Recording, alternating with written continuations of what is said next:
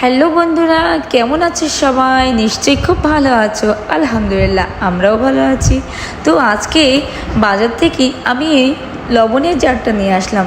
তো এটি হঠাৎ দেখি লবণ পড়ে না, তো বুদ্ধি করলাম যে লবণটা ভেজে তারপরে এই জারের ভিতরে রাখবো। তো বুদ্ধিটা করেই ফেললাম। তো এখন আমি এই লবণটা খুব সুন্দর করে ঠান্ডা করে তারপরেই জারের ভিতরে পুরবো।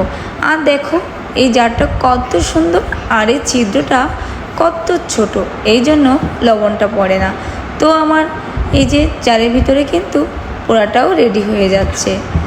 তো এখন দেখো এই ঢাকনাটা খুব টাইট করে লাগিয়ে দিতে হবে, নইলে কিন্তু মুখটা খুলে যাবে। তো এখন আমি একটু ট্রাই করে দেখব যে লবণটা কেমন পড়ে। আগে তো মোটেও পড়ছিল না। তো চলো, এই যে এখন আমি একটু ট্রাই করে দেখলাম, তো হালকা পাতলা পড়ছে। তো আমার লবণের জারটি কেমন লাগলো অবশ্যই জানাবে।